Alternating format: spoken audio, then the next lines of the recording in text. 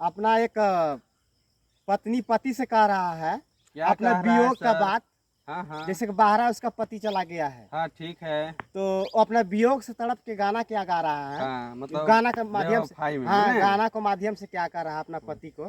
Phone आया है, हाँ। मोबाइल निकालिए, हाँ कान पर लगाइए, हेलो हाँ बात कीजिए। तो हेलो। इस तरह से गाना गा रहा है हाँ।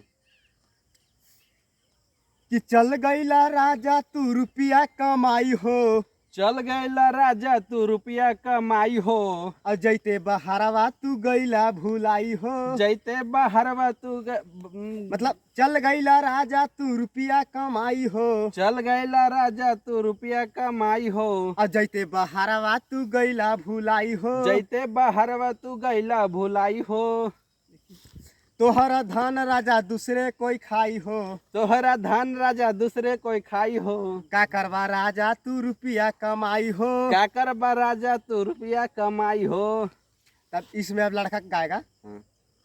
कि हमरो नौकरिया के न कर बदनाम हो, अरे हमरो नौकरिया के ना कर बदनाम हो, और चढ़ते दशहरवा हम आ जाइब धन हो। चढ़ते दशहरवा हम आ जाइब धन हो, सोचतड़ू जवन होई नैसन काम हो, जवन ओइसा ना होई काम हो, और हमरो नौकरिया के न कर बदनाम हो। हमरो नौकरिया के ना कर बदनाम हो, चढ़ते दशहरवा हम आ जाइब धन हो, चढ़ते दशहरवा हम आ जाइब धन हो, और हमरो नौकरिया के न कर बदनाम हो। और रात भर लूटब मजा।